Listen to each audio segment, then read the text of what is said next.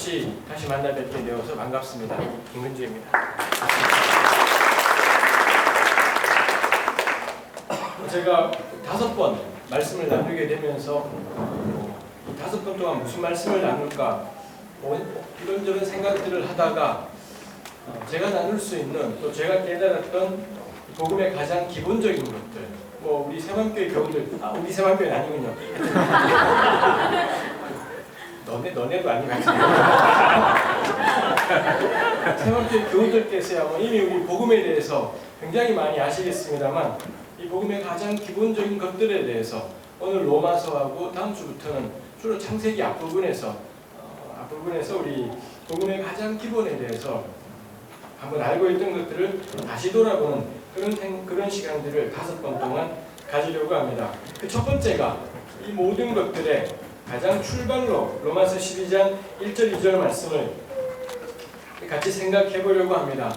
로마서의 짜임새에 대해서는 꽤 잘 알려져 있는 것 같습니다. 로마서는 참 우리가 많이 보는 책이기도 하면서 어려운 책이기도 한 것 같아요.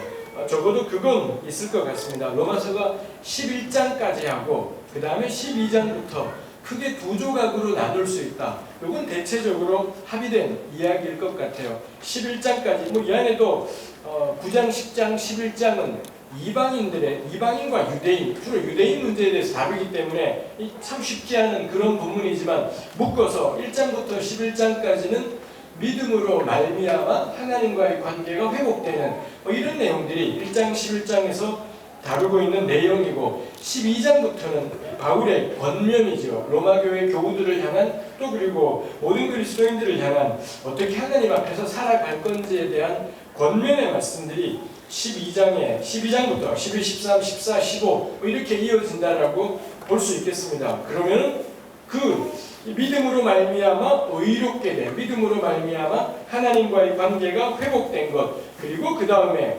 권면 그러니 이렇게 살자 이렇게 되죠. 그러다 보니 11장까지는 권면이라 할 건 별로 없습니다. 바울이 이래라 저래라 말씀하시는 내용들이 그리 11장까지는 뚜렷하지 않습니다. 그렇지만 12장부터는 1절부터 시작해서 온통 이래라 저래라요. 이거 해라 저거 해라 이렇게 마음먹어라 저렇게 살아라 이런 권면들이 나오게 되는 것을 볼 수 있습니다. 그 전환 지점에 있는 것이 우리 1절의 처음 문장들인 거죠. 그러므로 형제들아 내가 하나님의 모든 자비하심으로 권한다. 이렇게 시작해요. 이제부터 잔소리 하겠다라는 거고요. 이제부터는 뭐가 그리스도인인 건지 어떻게 그리스도인으로 살아야 되는 건지를 내가 이야기하겠다.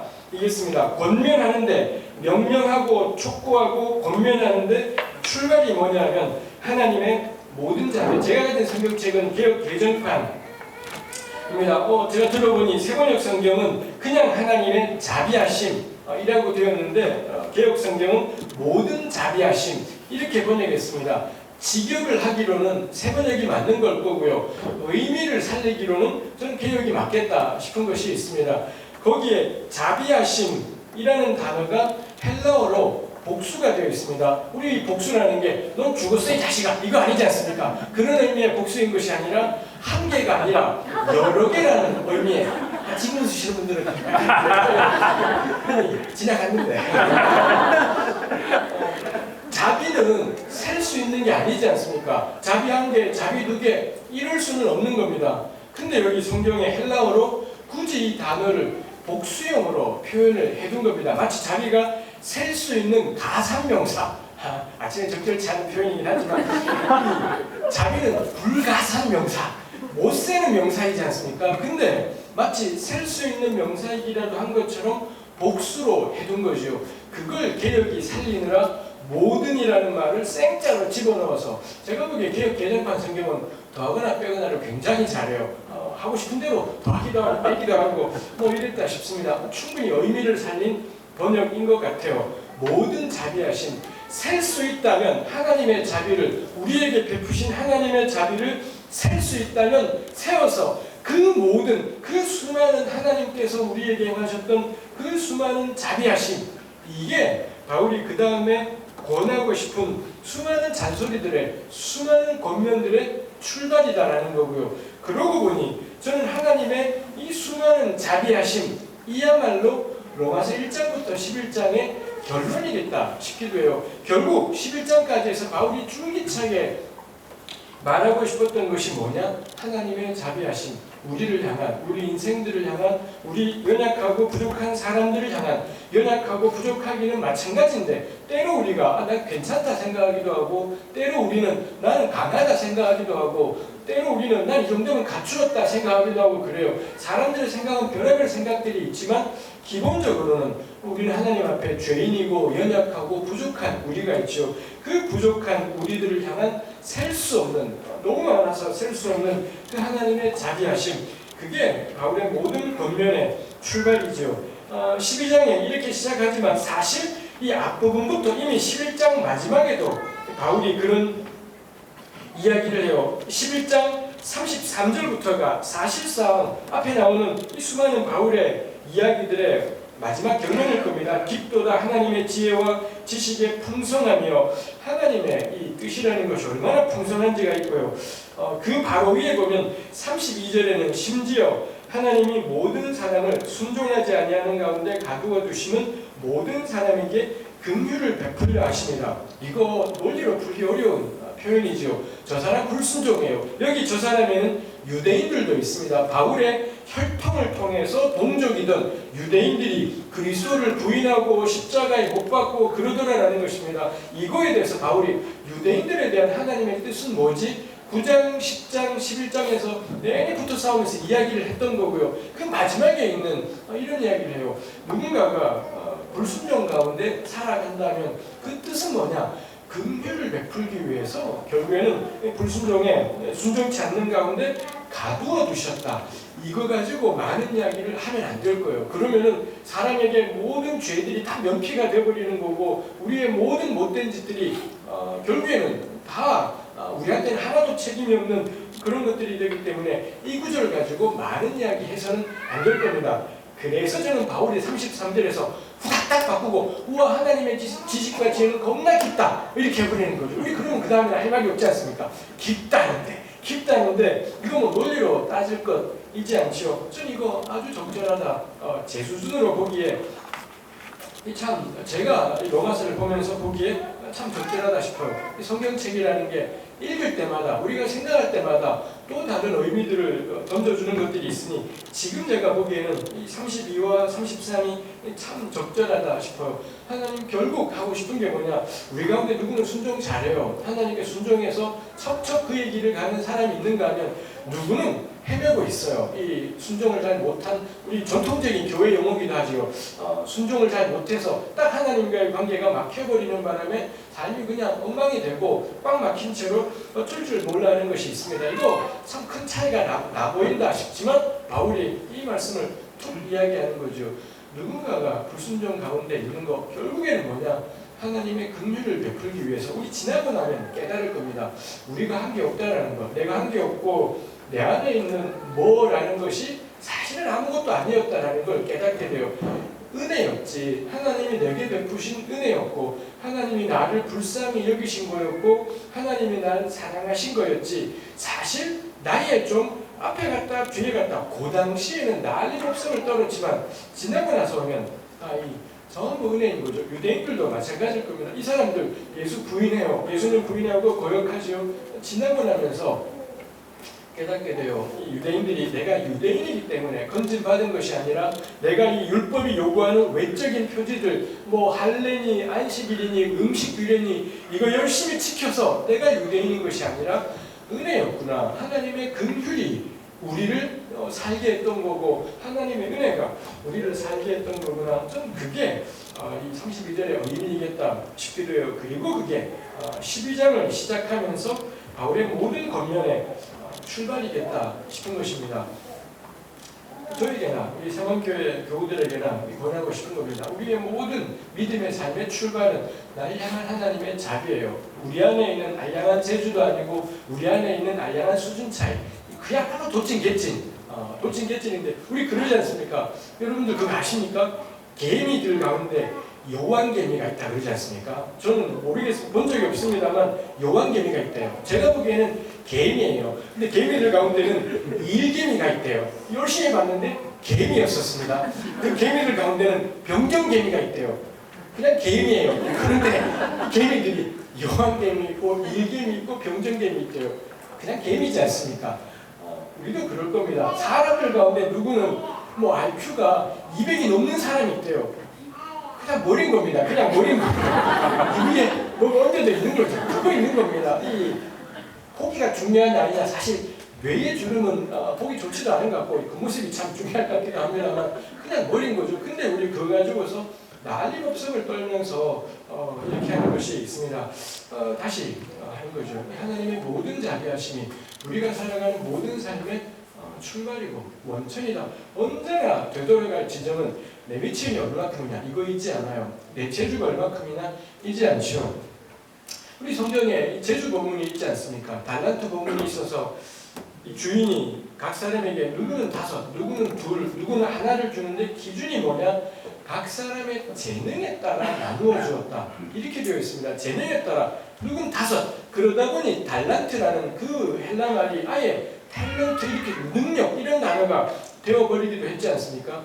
이거 왜 내가 5인지 왜 내가 2인지 하나인지를 알 길이 없어요. 재능이라고 하시니 사실 문제가 있죠. 하나님은 우리가 세상에 태어날 때 달란트 협상을 하셨어야 되는 거죠. 회사는 앉아서 협상해야 돼요. 넌 3개 줄게. 안 돼요. 저는 뭐 어떻게 살라고요. 2개는 주세요. 안 돼. 그럼 그건 너 못해. 좋아. 2개 반. 너는 안 돼요. 이런 협상들을 했어야 된다는 거죠. 근데 우리는 협상할 수가 없었어요. 하나님은 그냥 나를 이런 가정에 태어나게 했고 여기 가운데 우리 살면서 어릴 적에 한두 번쯤은 친구 집을 부러워했을 겁니다. 친구네 엄마가 우리 엄마하고 비교가 안 되는 친구네 집이 우리 집하고 비교가 안 되는 근데 그거 내가 협상할 수가 없었던 거고 일방적으로 하나님이 찍어서 보내버리신 것인 거기 때문에 전 지금 그런 생각을 하고 있습니다. 달란트는 하나님 나라를 이루는데 필요 없구나. 필요 없다라는 게 관건이지 않겠구나 싶어요. 이게 만약 관건이면 모든 책임은 하나님께 있는 거죠. 하나님이 협상도 하지 않은 채 일방적으로 달란트를 나눠주고 우리를 이런저런 가정에 두었어요. 우리 왜 그러지 않습니까? 이 재능이 각 사람의 재능뿐만 아니라 성실도 있대요. 살면서 보니 성실조차도 저는 꽤 많은 경우는 환경이다 싶어요. 우리가 내세울 만한 게 저 사람은 똑같은 재능이지만 부지런했대요. 전 잘 동의되지 않아요. 그거 기본값일 가능성이 애시당초에 태어날 때 디폴트로 하나님이 주신 것일 가능성이 너무나 크겠다 싶은 것이 있습니다.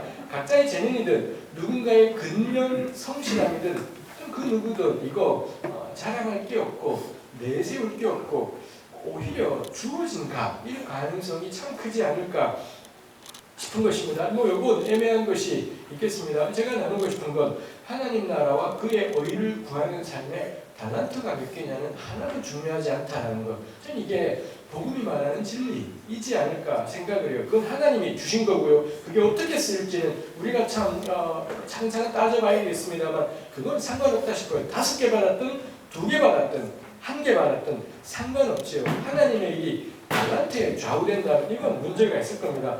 다시 로마서 12장 1절로 우리의 모든 출발의 원천이 뭐냐? 내 미천이지도 않고 내 재주이지도 않아요. 우리를 향한 하나님의 자비하심.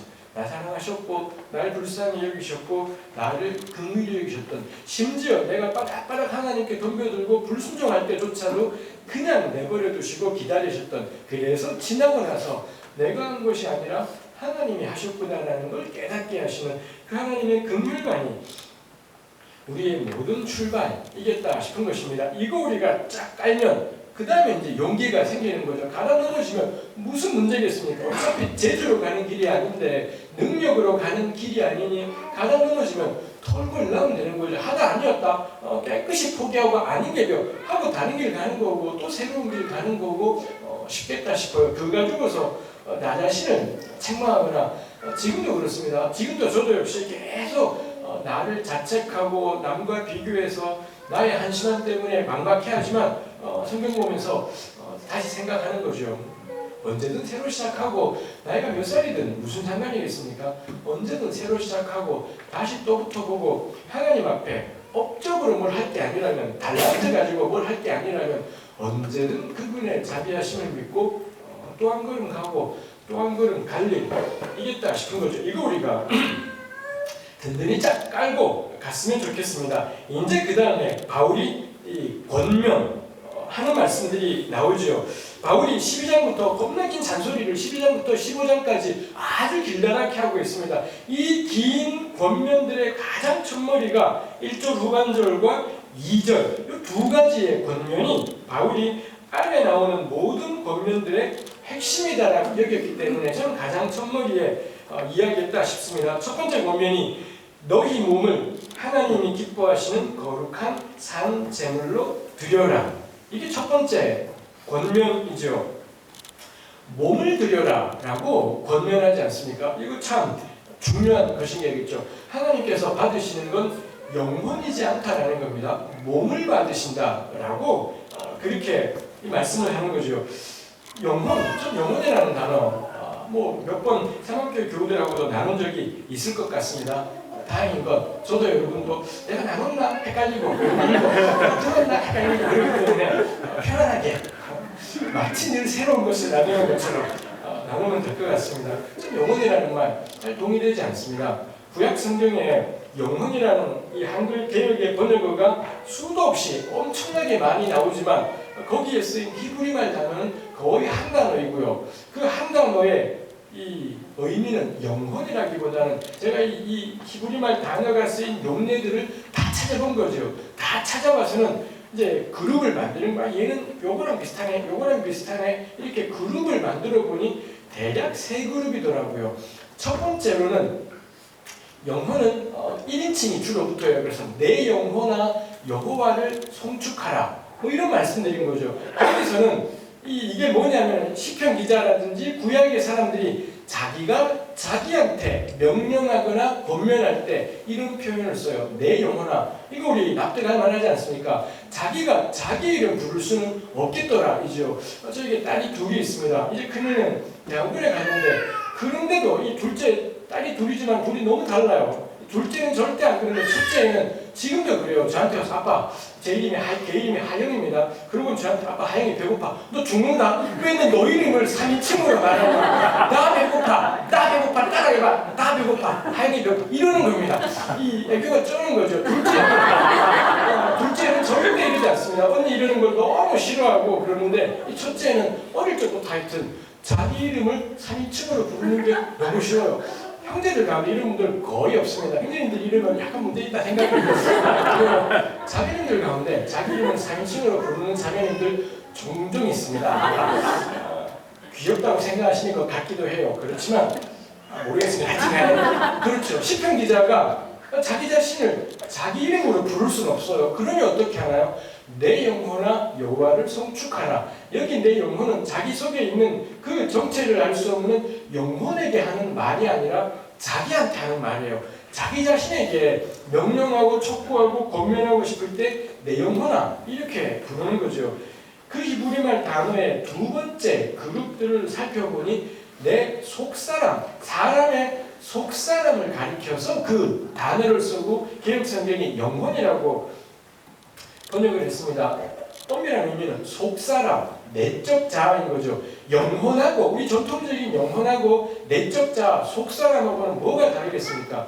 우리 전통적인 생각에는 사람이 죽으면 육체는 썩어지지만 영혼은 영원하다. 뭐 이런 식의 생각들이 있지 않습니까? 이거 성경과는 합치지 않는 그런 견해입니다. 성경은 영혼의 불멸에 대해서 아무것도 말하는 것이 없습니다. 근데 요거를 속사람이라고 생각하면 쉬워요. 내적 자아는 사람의 육체가 죽으면 당연히 내적 자아도 죽는 것이기 때문에 그래서 그 히브리말 단어의 두 번째 그룹들은 내적 자아, 속사람을 가리키는데 영원토록 불멸하는 것처럼 느껴지는 영혼이 아니라 사람의 속인 거죠. 내 속사정을, 내 속사람, 내가 겉으로는 웃고 있지만 내 속은 울고 있다라고 할 때 그 내적인 자아인 거죠. 이건 육체와 함께 끝장나게 되는 그런 속사람. 이게 두 번째 그룹들이죠. 가장 많은 그룹, 개혁이 영혼이라고 번역한 그 히브리말 단어가 구약에 쓰였을 때 가장 많은 빈도수를 차지하는 것, 그냥 목숨이에요. 그냥 목숨, 생명 혹은 사람, 이렇게 번역하면 아무 문제가 없는 단어이죠. 이 목숨 혹은 생명, 그야말로 사람인 것이겠다 싶은 것입니다. 역시 제가 종종 예로 드는 것입니다. 제가 옛날 몇 년 전에 좀 개인적인 처지들이 어려웠던 때가 있었습니다. 그래서 저를 위해 뭐 기도해주고 격려해 주시는 분들이 많았습니다. 그 중에 주로 자매님들, 형제들은 잘 그러지 않아요. 주로 자매님들이 교수님의 영혼을 위해 기도하겠습니다. 하지 마십시오. 왜 남의 영혼을 위해 나를 위해 기도하시고, 심지어 그 자매님들 같은 경우는 교수님의 그 가난한 영혼이 느껴져요. 남의 영혼 느끼지 마시라고. 무슨 남의 영혼을 막 느끼고 난리시냐고. 제가 그런 말을 하진 않지만 우리 표현이 그렇다라는 거죠. 영혼에게 필요한 건 복음밖에 없어요. 그렇지 않습니까? 생명에게 필요한 건 복음도 필요하고요. 먹을 떡도 필요하고 마실 물도 필요하고 밤에 쉴 집도 필요하고 전부 필요해요. 생명이라고 접근을 하지 않고 영혼이라고 접근하면 줄 게 복음밖에 없어요. 맨날 복음하고 내가 위해서 기도하겠습니다. 설날 만날 중보기도 하고 이거밖에는 할 게 없지 않습니까? 근데 저기에 여기 사람이 있는 겁니다. 영혼이 있는 것이 아니라 여기에 사람이 있어요. 그럼 그 사람한테는 떡도 필요하고요, 옷도 필요하고, 함께 이야기를 나눌 옆에 있는 동지도, 동역자도 필요하고, 함께 살아갈 사람도 필요하고, 이 살아갈 집도 필요하고, 이 전부 필요하다이죠. 교회는 한 영혼이 천하보다 귀한 것이 아니라 한 생명이 천하보다 귀한 것, 영혼을 사랑하는 교회가 아니라 생명을 사랑하는 교회, 전 그게 교회의 사명이겠다 싶은 것이 있습니다. 같이 우리 로마서로 너희 몸을 들여라, 영혼 들이지 말고 이런 것들이 영혼 좀 가끔 그래서 약간 귀신신앙을 까먹는 소리 같다 싶기도 하고 그래요. 영혼이 아니라 몸을 들이는 삶에 대해서 바울이 권면하고 있죠. 그게 너희 하나님이 기뻐하시는 거룩한 산 제사라는 겁니다. 제물이라고 개역이 번역했습니다. 제사라고도 되겠습니다. 이 단어 그야말로 구약 성경에는 제사에 해당하는 단어로 널리 사용되던 그런 단어이지요. 이걸 가리켜 바울은 이는 너희가 드릴 영적 예배니라라고 되어 있습니다. 이거 이제 우리가 따져볼 일이죠. 전 바울이 로마서 12장을 써나갈 때 바울이 앞에 레위기가 펼쳐져 있었을 거다. 특히 레위기 1장이 저는 펼쳐져 있었겠다 싶은 생각이 듭니다. 2장, 3장, 4장, 5장은 아니고 1장일지 긴 이야기가 필요하지만 일단 1장 번제, 1장은 레위기의 5대 제사 가운데 번제에 대해서 이야기하는 본문이에요. 번제, 이스라엘 가운데 누구든지 하나님께 예물 드리고 싶은 겁니다. 제물을 드리고 싶은 거예요. 그럴 때 어떻게 하느냐? 자기 경제 형편에 따라 집이 괜찮으면 소, 그 다음 좀 아니면 염소, 좀 아니면 양, 대부분은 양입니다. 일반적인 이스라엘의 평민은 양인 거고요. 그거조차도 감당치 못할 정도로 가난하다? 비둘기이지요. 비둘기는 고대 이스라엘은 집에서 비둘기를 키우는 경우들이 굉장히 많았으니 키우는 비둘기를 말해요. 하나님께 예물 드려야지 비둘기 잡으러 가자. 그렇게 되진 않아요. 집에서 키우던 것이 있었던 겁니다. 이 딱 완전 경제 형편이에요. 자기 경제적인 수준에 맞게 재물을 가지고 오고 그 다음에 거기다가 안수해서 그 다음에 자기 손으로 이 조각조각을 내요. 조각을 내서 제사장한테 넘겨주면 피를 받아서 제단 사방에 뿌리고 그 다음에 이 쪼갠 고기는 받아서 제단에 올려놓고 완전히 태워버리는 겁니다. 이 고기들을 완전히 태워버려서 그 고기를 제물을 태우는 연기가 올라가면 하나님이 그 향기를 흠향하신다. 하나님이 기뻐 받으신다. 이게 번제였더라라는 것입니다. 바울이 이걸 보면서 구약은 하나님께 예물 드리려면 레위기는 번제를 드리라고 철석같이 말씀하신 게 있다라는 겁니다. 근데 바울 시대에 번제 드리지 않아요. 우리 종종 오해가 구약 때는 동물로 제사 드리고 신약 때는 예수님으로 말미암아 이렇게 생각해요. 그렇지 않습니다. 587년에 나라가 망했지 않습니까? 587년에 나라 망하고 성전이 파괴됐어요. 그리고 이 성전 파괴됐다가 두 번째 성전이 520년에 재건됐습니다. 재건돼서 그래서 바벨론 포로 갔다가 돌아온 사람들이 이 두 번째 성전을 중심으로 동물 제사를 드렸지만 무슨 현실이 생겼냐? 바벨론 포로뿐 아니라 그 다음부터 나라가 망한 채 한 번도 예수님 때까지 제대로 회복되지 않은 겁니다. 그러면서 전 세계가 처음에는 바벨론, 그 다음엔 페르시아, 그 다음엔 알렉산더, 예수님 때는 로마에 이르기까지 고대 중동 지역 전체가 하나의 세계였던 거죠. 그러면서 유대인들이, 이스라엘이 예루살렘만이 아니라 당시 고대 근동 세계 전체 흩어져 살아요. 주전 1세기 예수님 오시기 한 100년, 150년 전에 가면 알렉산드리아, 애굽의 북부 지방에 있는 도시죠. 알렉산드리아에 사는 유대인의 수가 100만이라는 이야기가 있어요. 불할 겁니다. 그럴 수는 없을 텐데 그렇게 쓸 정도로 엄청나게 많은 사람들이 살았고, 적어도 애굽, 지금의 터키, 지금의 이란, 이라크 이 세 지역에 사는 유대인들의 수가 예루살렘 인근에 사는 유대인들 수보다 훨씬 더 많았다라는 건 거의 정확한 사실일 겁니다. 구약 시대는 동물로 제사를 드렸다. 그렇지 않습니다. 587년에 성전이 파괴된 다음부터 동물 제사를 드릴래야 드릴 성전이 없어져 버렸고요. 세워지지만 그건 예루살렘 인근만 가능한 체제인 거고, 애굽이나 터키나 이란, 이라크 지방에 사는 유대인들은 성전이 없기 때문에 동물 제사를 드릴 수가 없어요. 그때부터 이 사람들의 고민이 뭐겠습니까? 그럼 레위기는 이제 날쌘 책인 건가? 바울은 레위기를 던져버렸습니까? 그렇지 않잖아요. 바울 시대 때 바울이 여기저기 방문하면서 우리 성경 좀 보자 할 때 읽을 수 있던 유일한 성경책은 구약밖에는, 우리가 지금 구약이라고 부르는 이 책들밖에 없어요. 바울에게 유일한 하나님의 말씀은 오로지 구약밖에는, 신약은 한참 뒤에나 생기기 때문에 바울은 자기가 편지 쓰지만 이게 성경이라고는 꿈에도 생각하지 않았기 때문에 바울의 유일한 성경책은 구약밖에 없죠. 그 중에 하나가 레위기인 겁니다. 레위기가 그럼 날쌘 책이냐? 아닐 겁니다. 변함없는 하나님 말씀이에요. 근데 이 하나님 말씀은 소를, 양을, 비둘기를 드리라고 하는 겁니다. 근데 이렇게 안 드린 지 600년가량이 된 거고요. 그 600년 동안 디아스포라로 살던 유대인들은 머리 터지게 괴로워하고 고민했을 겁니다. 우리 뭐지? 나 애굽에 사는데 그럼 애굽 살이 전부 적고 전부 다 예루살렘 성전 인근 가서 살아야 된다는 거냐? 그렇진 않겠다라는 거고, 그럼 뭐지? 엄청나게 많은 고민들을 했을 겁니다. 만일 구약 때가 동물 제사로 하나님께 용서받던 시대라면 말이 안 돼요. 587년 이래로 유대인들은 그럼 끝인 거죠. 그냥 끝장나버린 거고, 용서받지 못한 채 죄를 쌓고 그냥 죽을 수밖에 없다는, 말이 안 되는 그런 일들이 있겠습니다. 좀 이런 식의 말들, 구약은 동물 제사, 신약은 그리스도의 보혈, 부적절하다. 이거 성경이 이야기하는 사실들을 잘 반영하지 못한다 싶은 것이 있습니다. 바울이 아마도 레위기 1장을 펼쳐놓고 고민하는 겁니다. 가축 중에 드리래요. 사토끼는 뭐 부정일 수도 있지만 사슴이나 노루, 정한 짐승이지만 이게 아니라 왜 가축을 드리라는 거지?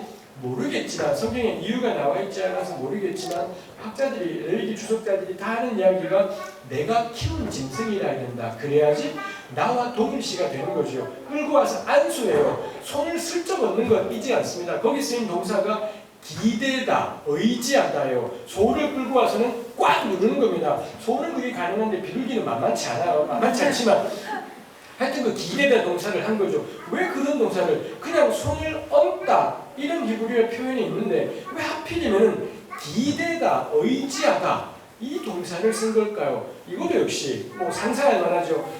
꽉 누른다는 건 뭔가요? 체중을 싣는 거죠. 이 양에다가 체중을 싣는 겁니다. 왜 그러는 걸까? 성경에 이유가 나와 있지 않지만 짐작할 만해요. 이제부터 이 양은 양이 아니라 접니다. 인 거겠죠. 자기가 피땀 흘려 키운 양을 끌고 와서 꽉 눌러 안수하는 겁니다. 그래서 이 양과 예배자가 동일시가 되는 거 이겠다라는 거죠. 그 다음에 그 양을 누가 죽이냐? 자기가 죽여요. 자기 손으로 막 조각조각을 내서 넘겨주고, 이 하나님이 제사장이 태우더라이죠. 태웠더니 그런 점에서 죽이는 것도 자기를 사실은 하나님께 바치는 겁니다. 자기를 바치는 건데 실제로는 자기를 바쳤어야 되지만 그러면 죽고 끝나는 것이기 때문에 자기를 상징하는 양을, 그렇기 때문에 가축이라 해야 되고 경전편에 맞춰야 돼요. 지 형편은 비둘기인데 옆집이 소하니까 나도 소. 말이 안 되는 일인 거고요. 옆집이 비둘기 하니까 지 형편은 소면서 잔머리 굴려서 나도 비둘기 뒤지게 맞고 이런 일이 생기지 않겠습니까? 자기에게 맞게, 자기 경전편에 맞게 딱 자기인 거죠. 자기를 드리는 것 이겠습니다. 그랬더니 제사장이 완전히 태웠더니 이 타는 냄새가 올라가요. 무슨 하나님이 고기 탄 냄새 좋아하는 엽기 변태도 아니실 거고요. 이거 아니겠죠. 하나님이 맡으시는 냄새는 고기 탄 냄새 있지 않을 겁니다. 뻔한 거지 않습니까? 예배자의 냄새인 거죠. 예배자가 하나님께 나와서 자기를 드리는 것, 그의 삶 전부를 하나님께 드리는 것, 이게 하나님이 맡으시고 향기롭다라고 하시는 거지 고기 탄 냄새이지는 않을 겁니다. 제가 지금 나눈 이런 방식은 제 생각만이지 않습니다. 이미 디아스포라로 살던 유대인들은 구약의 제사 규례들을 보면서 이런 생각들을 했다라는 거고요. 바울 역시 로마서 12장 1절에서 그 번제 본문을 곰곰이 보면서 결국 하나님이 레위기 때건 지금이건 정말 하나님이 명령하시는 건 뭐냐? 동물이냐? 아닌 것이요. 레위기 때는 동물을 받으셨고 지금은 날 받으시는 거냐? 아니죠. 구약 때건 지금 때건 하나님이 받으시는 유일한 것은 우린 것이요. 우리 자신을 하나님이 받으시는 것이요. 그러니 구약 때 계속 예언자들하고 분쟁이 생겨요. 이 백성들은 열심히 성전 찾아가서 동물을 잔뜩 바치는데 예언자들은 이사야도 예레미야도 아모스도 호세아도 제사 집어치워라. 내가 언제 너네한테 재물 달라고 했냐. 재물 달라고 하셨지 않습니까? 출애굽기 레위기에 재물 달라고 했는데 재물 잔뜩 드리는데 예언자들은 집어치워라 이야기를 해요. 왜 그러겠습니까? 하나님이 받으시는 건 소가 아니었던 거죠. 하나님이 소를 드리라 했지만 실제로 하나님이 그 제사에서 찾으시는 건 예배자였던 겁니다. 근데 이 사람들이 예배자를 자신을 드리는 것이 아니라 소를 더 좋은 놈으로, 더 살찐 놈으로, 더 귀한 놈으로 드려요. 계속 그 충돌, 백성들은 납득을 할 수가 없었고 결국에는 이게 나라를 멸망하게 하는 데까지 갔더라야죠. 12장 1절 바울의 권면이 참 적절한 권면이다 싶은 것입니다. 그리고 바울이 이걸 표현하기를 이것이 너희가 드릴 영적 예배다. 사실 여기에 쓰인 헬라말 단어는 이런 단어이지 않습니다. 굳이 헬라어를 발음해 보면 로기케라는 단어가 여기 쓰였습니다. 로기케 들으면서 느낌이 좀 있지 않습니까? 우리 영어에 꽤 많은 단어들이 그리스어에서 오지 않았습니까? 로기케 이게 중성형이고 남성형은 로기코스 이쯤 되면 또 다가오죠. 로직이라든지 로지컬 요 단어예요. 로지컬이라는 단어가 여기에 쓰인 영적이라고 번역된 그 헬라어 단어의 그 영어 단어는 거기에서 왔던 것이겠다. 직역하자면 논리적인 요게 12장 1절에 영적이라는 말에 직역한 번역이겠다 싶은 거고요. 논리적이지 않습니까? 구약 때 소를 바쳤는데 하나님이 소고기 탄냄새 좋아하는 분일 리는 없겠고 그럼 하나님이 당연히 받으시는 게 뭐냐? 번제가 상징하는 건 소의 능력이 아니라 예배자의 전적 헌신이다. 이건 논리적인 결론이다라는 겁니다. 그런 점에서 이 논리적인 결론은 영적인 결론이기도 해요. 제가 아직 해보지 못한 것이 이 스피리추얼이라는 단어가 원래 의미가 뭘까? 이거 한번 시간 나면 해보고 싶어요. 원래 영어권에서 중세 영어나 이쯤 가면 스피리추얼이라는 단어가 어떤 의미를 가질지 따져보고 싶습니다만 일단 이 상태로도 충분하다 싶어요. 영적 예배 우리 교회 바닥에서 영적이라는 단어는 겁나 뜬금없음 이런 의미를 가지고 있지 않습니까? 아무 근거도 없고 뒷받침도 없는데 설교자의 권위 목사라는 이유만으로 이 본문의 의미가 이렇습니다. 이거 아니지 않나요? 영의 눈으로 보면 영적인 눈으로 보면 그런 의미를 가집니다. 이 안수받은 목사이기 때문에 이런 해석을 하게 되고요. 또 하나가 기독발 겁나 세신 분들이지요. 지금은 이런 분들 교회에서 거의 없어졌습니다. 비극이죠. 이런 분들 생각교회는 계신지 모르겠어요. 기독발 엄청 세신 분 하면 누가 떠오르실지 모르겠습니다. 옛날 교회들은 여긴 새만교회라서 그렇지만 옛만 교회들 이런 데 가면은 이런 분들은 교회에 꼭 그런 분들이 있어요. 기도 엄청 세신 늘 교회에서 주무시고 교회 자리자에서 주무시고 늘 기도하시던 이런 분들 있지요. 가끔 그런 분들에게서 영적 해석이라고 하면서 꽤 많은 경우 뜬금없는 이야기들을 하게 되는 것이 있습니다. 전부 영적이지 않다 생각해요. 진짜 영적인 해석이라는 건 레위기에서 번제를 드리라고 했다. 근데 하나님이 그땐 이러고 이땐 이러시는 분이 아니다. 그럼 뭐냐? 하나님이 진짜 원하시는 것은 뭐냐? 번제가 상징하는 가장 본질적인 의미가 뭐냐? 요걸 찾아가는 게 영적인 해석이겠다 싶은 거고요. 그래서 사실 로기케라는 헬라어 단어에는 상징적인 이라는 꽤 특이한 뜻도 같이 들어가 있어요. 진짜 논리적이다라는 건 우리 구약도 그렇고 세상에서도 그러겠습니다만 여러 시대에 걸쳐서 이렇게 저렇게 진술되어 있다면 그 액면 가지고 우리가 이야기할 수는 없지 않겠습니까? 그러니 필요한 게 액면값은 이렇게 되어 있는데 진심은 뭔 거지? 본질은 뭔 거지? 그거 따져가야 되는 거고, 그런 점에서 로지컬한 해석은 상징적인 해석이다 라는 이런 식의 이야기들이 충분히 가능하겠다 싶은 것입니다. 저는 이게 이 바울이 우리에게 알려주는 참 좋은 성경 해석의 방법이겠다 싶어요. 구약 성경과 신약 성경은 반드시 영적으로 풀어져야 되는 글이겠습니다. 영적으로 풀어진다는 게 뜬금없이 기도 겁나 세게 한 다음에 보자 인 것이 아니라 이 구약에 나타난 신약에 나타난 이 사건이나 이 상황이 의미하는 본질적인 것이 뭔지, 그 시대의 이런저런 문화를 가지고 이 본문이 표현되어 있는데 이걸 통해 전달하고자 하는 그 상징적인 의미가 뭔지, 본질적인 의미가 뭔지 이걸 따져가는 게 저는 성경에 대한 영적 해석이고, 당연히 영적인 해석은 논리적이라야 되고요. 토론 가능해야 되고 논쟁 가능하다 싶은 겁니다. 영적 해석은 뜬금없기 때문에 근거 없지만 확신이 온 해석이지 않습니다. 영적인 해석은 정말 이 본문의 본질적인 의미가 그거인지에 대해서 토론할 수 있고 반대할 수 있고 이야기하면서 좀 더 본질적인 의미들을 찾아가 볼 수 있는 그런 것이 영적인 해석이겠다 싶은 것이 있습니다. 이 바울이 첫 번째 고면한 것이 영적 예배, 구약의 제사를 영적으로 해석할 때 우리가 오늘 드릴 예배가 뭐냐? 몸이다 라고 그렇게 고면하고 있습니다. 몸이다라는 것의 의미가 우리 삶 전체라는 거겠죠. 요거 제가 권영경 교수님에게, 왜 기독연구 느헤미야와 숭실대에 계신 권영경 교수님이라고 있지 않습니까? 권 교수님에게 언제 한번 그런 이야기 들은 적이 있었습니다. 초대교회 사람들에게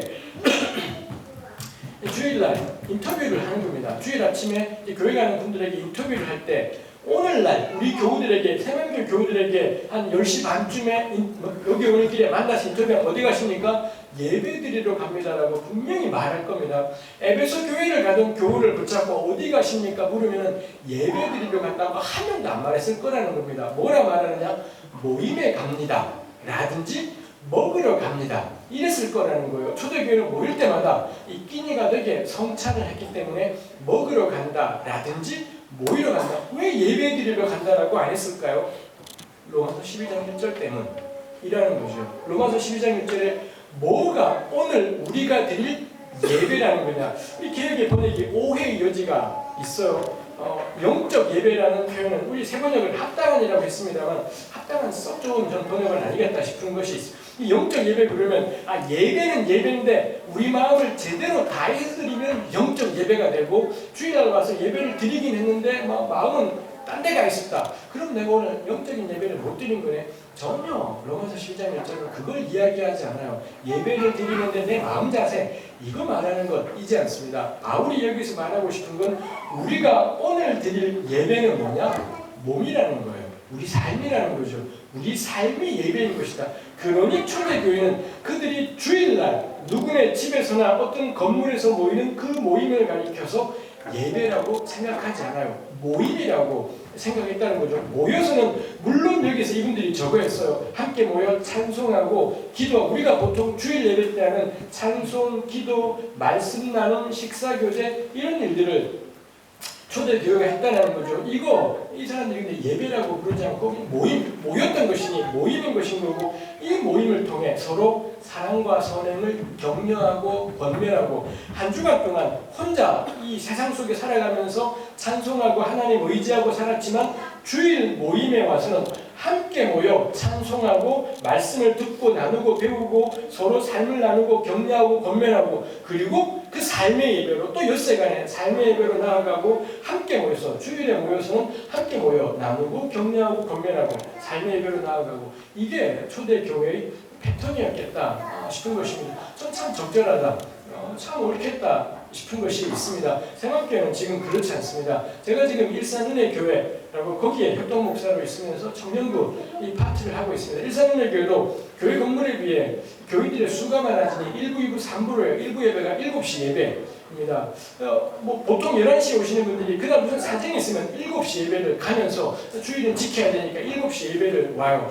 제가 은혜교회에서도 이 말씀을 나눈 적이 있습니다. 진짜 허무한 일이다 싶어요. 7시 예배에 와서는 우리가 주일 예배를 드린다는 게 뭔가요? 그 예배 시간에 열심히 찬송하고 열심히 기도하고 목사님이 설교하는 설교를 열심히 듣고 그리고는 가지 않습니까? 그 우리 주일을 지켰다고 주일 예배 드렸다라고 생각해요.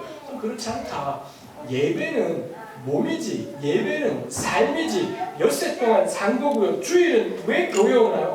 모임 때문인 겁니다. 모임 때문에 교회 와서 서로 함께 한 주간 내내 혼자서 성경 보고 기도하고 우리 일상을 예배로 살아갔던 건데 주일을 모여서 저 사람 얼굴 보고 저 사람 안색 살피고 같이 말씀 나누고 같이 삶을 나누고 떡을 떼고 이게 주일 모임의 가장 중요하고도 유일한 이유이지 않습니까? 근데 주일날 7시 예배를 와서는 앞만 보다가 옆 사람하고는 악수 한번 하고 휙 가버려요. 오지 마라 교회. 그렇게 말했지만 말이 그렇지 뜻이 그렇지는 않아. 일단 오고 다음에 잘 좀 해보자 라는 것이지만 일단 세게 표현하면 아니 그렇구나 주일날 뭘 갖고 모이나 싶은 생각 그건 예배이지 않아요. 그건 우리 마음 시원하라고 오는 것이지 우리를 살게 하는 것은 예배이지 않습니다. 우리를 살게 하는 건 모임이에요. 함께 모여서 우리 지체들이 함께 모여서 말씀 나누고 기도하고 찬송하는 데 말입니다. 우리 혼자서도 찬송할 수 있잖아요. 혼자 일하다가도 흥얼흥얼 찬송하지만 함께 모여서 20명, 30명의 목소리가 한데 모여서 한 곡조를 부를 때 그게 주는 은혜가 있지 않습니까? 그게 우리 양심을, 우리 심령을 담대하고 견고하게 하는 게 있어요. 함께 모여서 식사 나누면서 뭐라고 한 주간 살았던 이야기들 이렇게 저렇게 나눌 때 그게 우리에게 저 사람 보면서 힘이 되는 게 있고 그런 것들이 있지 않습니까? 이게 우리를 살게 해요. 이 주일 모임이 제대로 될 때 저는 한 주간의 삶의 예배를 튼튼하게 버텨낼 수 있겠다 싶은 것입니다. 예배라서 중요한 것이 아니라 공동체라서 중요해요. 왜냐하면 교회는 그의 몸이니 만물 안에서 만물을 충만케 하는 자의 충만이라 이 별것도 아닌 것 같아 보이는 요 사람들이 모인 공동체야말로 유일한 그리스도의 몸인 거죠. 내가 이 안에 있을 때 이 양분을 공급받게 되고 튼튼하게 세워져가는 그런 일이 있어요. 예배는 언제 하나요? 내 삶이 예배예요. 내 삶 전체가 내 몸으로 우리가 어떤 공부를 하건 어떤 직장 생활을 하건 우리 한 주간 살아가는 그 모든 삶 내 삶이 하나님께 드려진 제물인 거고 살아있는 예배 바울이 권하는 거죠. 그게 우리가 드릴 진짜 이 시대에 드릴 구약되는 동물제사 드렸어. 오늘날에 우리가 진짜 드릴 논리적이고 합리적이고 아무리 따져봐도 당연한 예배다라고 바울이 이 말씀하시는 것이 있습니다. 12장 1절 말씀입니다. 우리 새만교회 교우들께서 주일 모임이 우리 풍성하게 되었으면 좋겠습니다. 예배만 드리고 가는 거 허무해요. 참 허무한 너무 소중한 일입니다. 일단 오고 그 다음에 조금 더 하나님 와서 우리 예배 때 보통 하나님만 본다 싶지만 하나님만 보는 건 엿새 동안 해야 되는 거죠. 주일날 와서는 옆 사람 보는 겁니다. 옆 사람 보고 옆에 사람 안색이 어떤지 뭐 말 한마디 그냥 지나가는 말로 잘 지냈어 확 하려고 그러는데 펑 울고 그러지 않습니까? 그러면 바빠 죽겠는데 멈춰서 가지고서는 왜 그래 하고 듣고 있어야 되는 거고 이게 주일 모임인 거죠. 그거 하자고 좀 주일이 있겠다 싶어요. 그리고 우리 제가 일부러 엿새라고 했지만 엿새든 7일째든 간에 우리의 7일 전체가 하나님께 드려진 삶의 예배 이겠다 싶은 것이 있습니다. 제가 오늘은 설교를 하면서 굳게 결심했는데 빨리 끝내리라 라고 굳게 결심했는데 제가 듣고 보니 특구 목사님이 설교를 그렇게 오래 하지 않으셔서 저는 왠지 박 목사님은 겁나 오래 하실 거다 라는 선입견이 그동안에 있었고 그래서 새만교 올 때마다 설교를 길게 하려고 애를 썼었는데 제가 지난주에 들었습니다. 그렇지 않으셨다라는 것을 그런 거죠. 어떻게 해서는 오늘은 30-40분만 해야지 싶었는데 2절 가보겠습니다. 2절을 후닥닥 끝내면 될 것 같습니다. 2절 너희는 이 세대를 본받지 말고 오직 마음을 새롭게 함으로 변화를 받아라. 본받다와 변화받다가 대조되어 있지 않습니까? 본받다, 변화받다. 요거 영어 성경들이 진짜 멋지게 번역을 했습니다. 본받다는 영어의 conform이라는 단어. 왜 form이라는 단어가 있잖아요. 틀, 왁구 뭐 이런 뜻을 가진 형태. 이게 form이지 않습니까? 그 앞에다가 con, con이라는 접두를 넣어서 form이 같아지다, form을 갖게 하다, 틀을 따라가다, 이 형태를 따라가다. 이게 conform인 거겠죠. 그에 비해서 변화받다는 transform이라는 단어, form이라는 단어 앞에 trans가 있어요. 이건 바꾸다이지 않습니까? 틀을 바꾸다. 이게 transform인 거죠. 바울이 권하는 게 뭔가요? 이 세대가 있습니다. 지금 우리 살아가는 대세인 거죠. 지금 우리 대한민국 땅의 주류, 대세, 대부분의 사람들이 생각하고 바라고 꿈꾸고 소망하는 것, 이게 이 세대인 거겠습니다. 이 세대 가운데 그리스도인들이 살아갈 때 어떻게 해야 되느냐? 컨폼하지 말고 트랜스폼하라는 겁니다. 관건은 뭔가요? 틀 자체, 형태 자체가 관건이다라는 거죠. 쉬운 예가 우리 왜 붕어빵 만들지 않습니까? 붕어빵을 만들 때 이 물고기 모양에다가 밀가루와 이 단팥을 적절하게 넣으면 맛있는 붕어빵이 되지 않습니까? 예수 믿는다는 게 뭐냐? 남들이 밀가루 엉터리를 쓸 때 좋은 밀가루 쓰기, 그리고 남들이 단팥을 불량하게 넣을 때 난 제대로 넣기, 이런 거일 수 있겠습니다. 근데 바울이 여기서 말하고 싶은 건 그것만이 아닌 거죠. 왜 꼭 그 틀이라 해야 되냐? 왜 꼭 붕어라 해야 되느냐? 왜 꼭 그 틀에다가 우리 삶을 맞춰야 되고 우리 아이들의 삶을 왜 꼭 그 틀에다가 요 틀은 하나도 건들지 않은 채 좋은 밀가루 넣기, 좋은 단팥 쓰기인 것이 아니라 바울이 권하고 싶은 건 틀 자체예요. 요 틀 자체, 막구 자체를 바꿔보자. 그리고 형태 자체를 바꿔보자 싶어요. 그리고는 구체적인 권면은 3절 이하부터 쭉 나는 거죠. 어떻게 그러면 이 대세, 이 세대 대부분의 사람들이 걸어가는 그 틀을, 그 형태가 아닌 길을 걸어갈 수 있을까? 이게 바울이 지금 권면하고 있는 것이죠. 우리 교회가 세상 가운데 그거 보여주는 사람이라 싶어요. 대세는 하나도 건드리지 않고 이 세대는 하나도 건드리지 않은 채 그 안에서 양심적인 사람, 저는 이게 교회 교육의 목표이진 않겠다 싶어요. 이 안에서 착실하고 부지런하고 성실한 사람, 이거 만들어내는 것이 아니라 이거 안 해도 된다. 이 틀 안 따라가도 되고 요 세상 안에 안 속해 있어도 되고 다르게도 다른 틀과 형태를 가지고도 살아갈 수 있겠다. 물론 무조건 이 틀을 다 떠나나오라 이걸 의미하는 것은 아니겠습니다만 우리 고민을 하고 붙잡아야 될 것이 폼 자체가 문제라는 겁니다. 이 왁구 자체가 이게 다냐라는 것에 대해서 바울이 이야기해요. 본받지 않고 변화받기 위한 유일한 것이 뭐냐? 성경에 보니 오직 마음을 새롭게 함으로 라고 되어 있지 않습니까? 변화받는 유일한 길은 뭐냐면 마음이 새로워지는 것이다라는 거죠. 마음. 이거 역시 이런 게 우리가 궁금하지 않습니까? 마음을 새롭게 한다는 게 뭐지가 궁금하고 저도 역시 마찬가지로 마음을 보니 이 마음에 쓰인 헬라어 단어가 가장 기본적인 의미가 reason, 이성이었습니다. 이성이라는 단어가 있었고요. 당연히 그 이성이 남성 여성의 이성이 아닌 이 속에 있는 그 이성이었고요. 그 다음에 거기서 나오는 단어가 영어로는 마인드, 사고방식이라는 거죠. 사고방식. 그 다음에는 attitude, 뭐 이런 단어도 있었어요. 혹은 세계관도 있었습니다. 결국 본받지 않고 변화받는데 가장 중요한 게 뭐냐? 사고방식, 세계관, 요거다라는 겁니다. 요게 바뀔 때 이 폼이 괜찮아져 버려요. 이거 의미가 있다 싶습니다. 저 고등학교 1학년 때 예수 믿고 이 은사에 대한 사모함이 참 컸더랬습니다. 그때는 그랬던 것 같아요. 그때는 다들 기도원에 가서 난리법석 떨고 소나무를 막 흔들면서 방언 이랬던 저희 고등학교 시절이 있었더랬습니다. 하나님은 흥 하시면서 눈곱만 쳐도 제가 온갖 재주를 다 해봤어요. 왜? 할렐루야를 자꾸 발음하라 그러지 않습니까? 이렇게 해봤어요. 할렐루야를 겁나 빨리 잘 했는데 안 되더라고요. 말만 보이지 이게 나오지 않았더랬습니다. 참 하여튼 저의 방언 추구의 역사 이것도 이야기해보면 파란만 잘 수도 있습니다만 말하는 성령 체험하신 분들이 있습니다.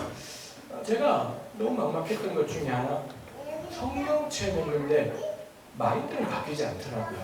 마인드는 바뀌지 않고 그분 분명 그분의 체험 자체에 대해서 제가 부정할 아무런 건덕지가 없습니다. 근데 그렇게 이른바 불체험을 하셨고 이런 은사들이 나타나는데 마인드는 여전히 그 마인드, 이 대세 안에서, 이 세대 안에서 이분들이 진심으로 자녀를 위해 축복해서 기도하고 교우들을 위해 진심으로 축복하지만 정확하게 요 세상 안에 고스란히 다 존재하더라 이지요. 제가 혹이라도 저도 이 말 할 때마다 덜덜 떨려요. 내가 성령께 대해 싸가지 없이 말하다가 기지개가 맞을 텐데 싶어서 덜덜 떨리는 것이 있습니다만 이 본문 자체는 의미가 있다 싶어요.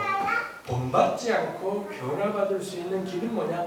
오직 마인드가, 이성이, 사고방식이, 세계관이 이게 바뀌지 않으면 이 폼 자체는 건드려 보지도 못할 거다.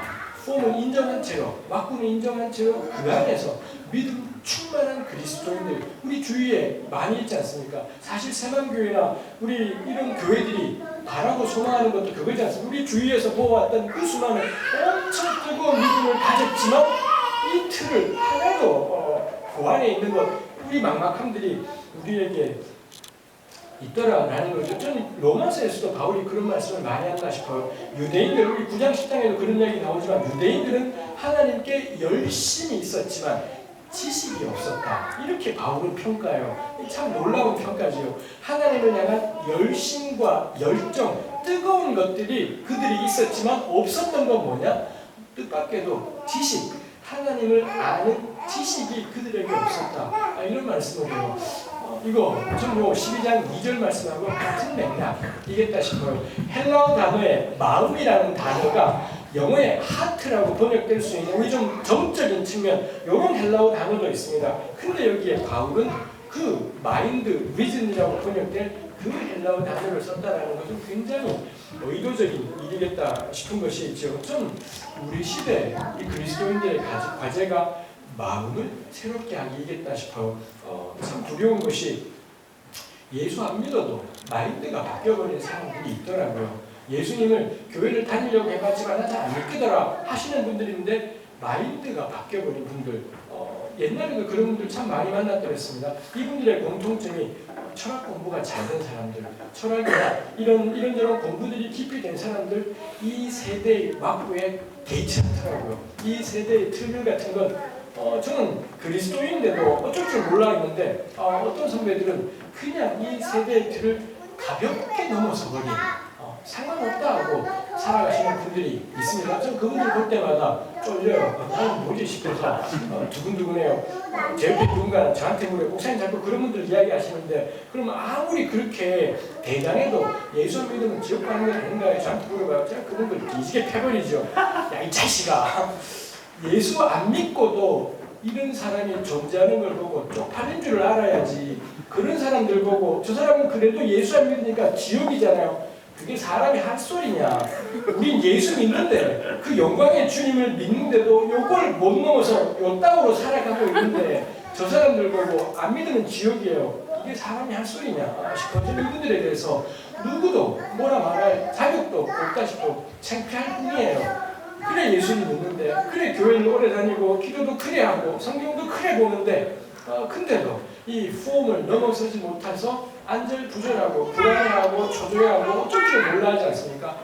진짜 쪽팔리는 삶이겠다 싶은 것이 있습니다. 참 우리 시대의 과제가, 교회의 과제는 마인드를 새롭게 하는 것이겠다 싶어요. 우리 알지 않습니까? 한국교회 망해갈 겁니다. 앞으로 5년, 10년 동안 점점 더 우리 교회는 외적으로 쇠퇴해가고 한국 사회 내에서 영향력을 점점 더 잃어가게 되고 사람들이 교회가 뭐 말하면 교회가 말하는 걸 보니 반대로 하는 게 맞겠구나 라는 사고방식들이, 동성애에 대해서 아무 생각도 없던 분들도 교회가 동성애를 하도 반대하니 난 동성애 찬성할래, 이런 사람들이 자꾸 생겨나는 게 지금 우리 시대이다라는 거. 이거 우리가 어떻게 하겠습니까? 교회의 쇠퇴는 막을 수 없는 걸 겁니다. 다만 구약 때 예루살렘 성전이 망해도 이 하나님은 쇠하지 않으셨죠. 예루살렘이 망했다라는 게 도리어 하나님이 살아계시다는 걸 명확하게 드러내지 않습니까? 우리 그런 시대, 우리가 그런 시대를 살아가고 있다 싶어요. 이 시대 우리의 과제는 뭐냐? 마인드를 새롭게 하는 거. 마인드를 새롭게 하고 이 폼 자체, 이 세대가 제시하고 우리를 꽉 쥐고 우리 아이들을 꽉 쥐고 숨도 못 쉬게 그 길을 따라가게 만들어요. 이거 우리 공부하자. 생활교육 교우들은 충분히 공부하는 걸로 알려져 있습니다. 실제로 모르지만 그렇게 알려져 있습니다. 충분히 공부해서 그리고 넘어가보자.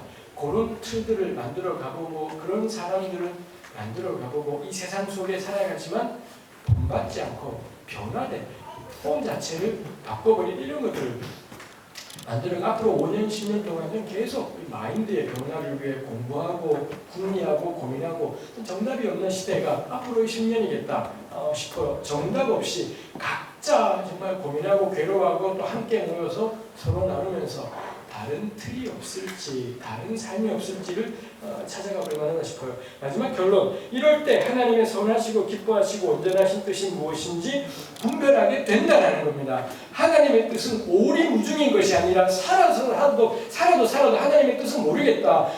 전부 둘러앉아 가지고서 거의 조용하게 마음을 가라앉힌 채로 하나님 내게 무슨 말씀을 하시렵니까? 이렇게 해서 분별되는 게 하나님의 뜻인 것이 아니라 마음이 바뀌게 되면 마인드가 바뀌고 세계관이 바뀌게 되면 폼 자체를 넘어설 수 있게 되고요. 세상 바꾸가 아니라 새로운 틀들을 만들어갈 수 있게 되고요. 그럴 때 따라오는 것이 뭐냐? 하나님의 뜻이 뭔지가 오리무중이 아니라 안개 속이 아니라 분별할 수 있다라고 저는 바울이 로마서 12장 2절에서 우리에게 일러주고 있다 싶어요. 하나님의 뜻을 분별하고 깨닫고 그리고 그 뜻 가운데에서 살아가는 삶으로 이 바울이 그의 길다란 권면의 첫머리에 말씀해주고 있다 싶은 것입니다. 이 말씀을 맺겠습니다. 하나님 우리 사랑하십니다. 저를 사랑하시고 우리 교우들을 사랑하시지 않습니까? 우리를 향한 하나님의 그 모든 셀 수 없는 그 모든 자비하심 그리고 우리 미천이에요. 다른 무엇도 아닌 그게 우리의 미천이죠. 그 자비하심 위에 굳게 서서 우리 삶 전체가 예배다. 주일이 예배가 아니라 엿새 동안에 일주일 동안에 내 삶 전부가 하나님 앞에서 살아가는 예배이다. 그거 우리 기억하는 것이겠습니다. 그리고는 마인드의 변화, 이 세상을 잘 보고 이 세상이 제시하는 폼이 뭔지 그러면 이거 아니면 죽을 것 같은데 이거 말고 바꿔낼 수 있는 것이 무엇인지 공부하는 것이 필요할 거고요. 이 하나님을 아는 지식들이 또 세상을 알아가는 지식들이 우리에게 필요할 것 같습니다. 우리 몸을 하나님께 드리며 하나님의 그 온전한 뜻을 분별하는 제가 되고 우리 교우들이 되셨으면 좋겠습니다. 기도하시겠습니다. 하나님 아버지, 이 바울이 하나님의 모든 자비하심에 근거하여 우리에게 주시는 권면들을 기억합니다. 우리 몸을 하나님이 기뻐하시는 거룩한 산 제사로 드리는 우리의 삶이 되게 하시며 하나님 참 우리가 주님 앞에 나와 예배하고 성경 보고 기도하고 공부하고 살아갈 때마다 우리 마음이 새로워지도록 도와주옵소서. 그래서 이 세대를 따라가는 것이 아니라 이 틀 자체를 바꿔갈 수 있는 그런 우리 교회가 되고 그리스도인으로 살아갈 수 있도록 도와주옵소서. 예수님의 이름으로 기도합니다. 아멘.